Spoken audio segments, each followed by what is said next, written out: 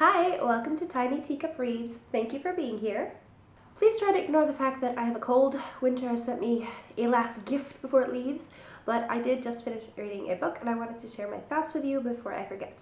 I promise I will try to edit out all of these sniffles. So today I have another book review for you, this time for a book that has been sitting in my Goodreads TBR for over a decade before I finally got to it this month. This is The Road by Cormac McCarthy. It was released in 2006 and it is a pretty quick read with about 240 pages. I finished it in about 4 hours, so you could probably read this whole thing in an afternoon. This is a post-apocalyptic book where a father and a son try to make their way down south where the winters are more mild and they think that they will have a better chance of making it.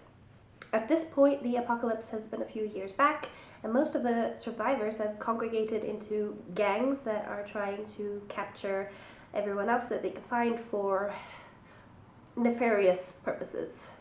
So the duo have to avoid these gangs while also trying to find food and shelter. It is never stated explicitly what caused the apocalypse in this book, unless I missed it, but there is a lot of talk about fires and the duo encountering places that are burnt beyond recognition. But for the most part, it is left pretty open-ended, and I love that choice. I think it makes you have to use your own imagination and try to come up with theories of what could have happened. Sometimes not knowing something is more disturbing than knowing it, and I think this was one of those cases.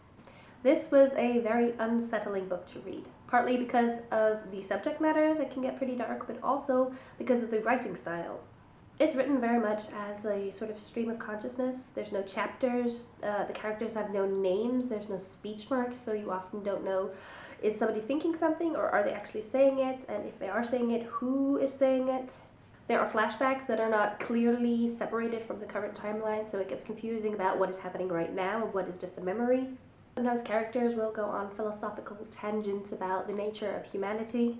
And it is a very effective writing style in this book. It keeps you on the edge of your seat, and it does a great job of mimicking the, I guess, chaos and confusion that the characters are feeling about the situation that they are in. It made the whole thing feel kind of like one of those very confusing nightmares that you have. I will say that the ending kind of left me wanting more. And here I will be getting into spoilers, so if you're planning to read this, please stop watching here. And if you can stomach the contents of this book, I really do recommend that you give this one a go. This book didn't end the way that I thought it was, based on what I thought was a very clear setup. The father keeps a pistol at hand throughout the entire story, and they do use it to defend themselves, but it is also made pretty clear that the father intends to use it on himself and on his son before they get kidnapped by one of those gangs and become enslaved or worse. So a lot of this book deals with the moral dilemma that the father is facing. You know, is it kinder to take his son out of the world before he is subjected to all of the worst that humanity has to offer? So I really thought that the book was going to end with the father either making that choice or failing to make that choice at a critical moment and having to see his son be taken away and being left with the knowledge that he didn't protect his son when he needed to. But neither of those things happen. Again, spoiler, but the father dies of an illness at the end, leaving the son completely alone in the world. And at this point I thought, okay, well, maybe the story is going to echo a scene that happened earlier in the book. At one point earlier, the father and the son come across a young boy who is about the son's age, and the son asks if they can keep him and take care of him, and the father refuses. So when the father dies, I thought the book was going to end with the son being discovered by survivors and them discussing the pros and cons of taking care of this child, and then in a parallel to that earlier scene decide against helping him, and that it would end with them leaving and the son being left alone and it being left open-ended but pretty clear that his chances are not good on his own. But that doesn't happen either. The boy is discovered by another survivor, and after a bit of a tension where you don't know what the man's intentions are, it is made clear that he's one of the good guys and he takes care of the boy. I'm sure the author had his reasons for choosing the ending that he did.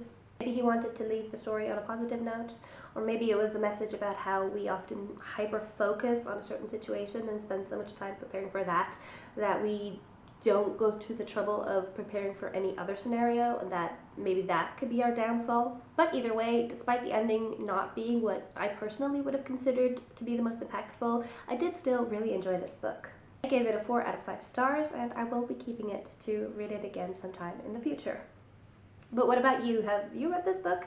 Do you agree with me about the ending? Do you wish it had been different, or do you think it was perfect the way that it was? Let me know in the comments, please, because I would love to read your opinions. But that's it for me for today, just a quick one, because I'm going to go make myself a cup of tea now. But I hope that you have a wonderful day, and I hope that I will see you in the next video. Bye!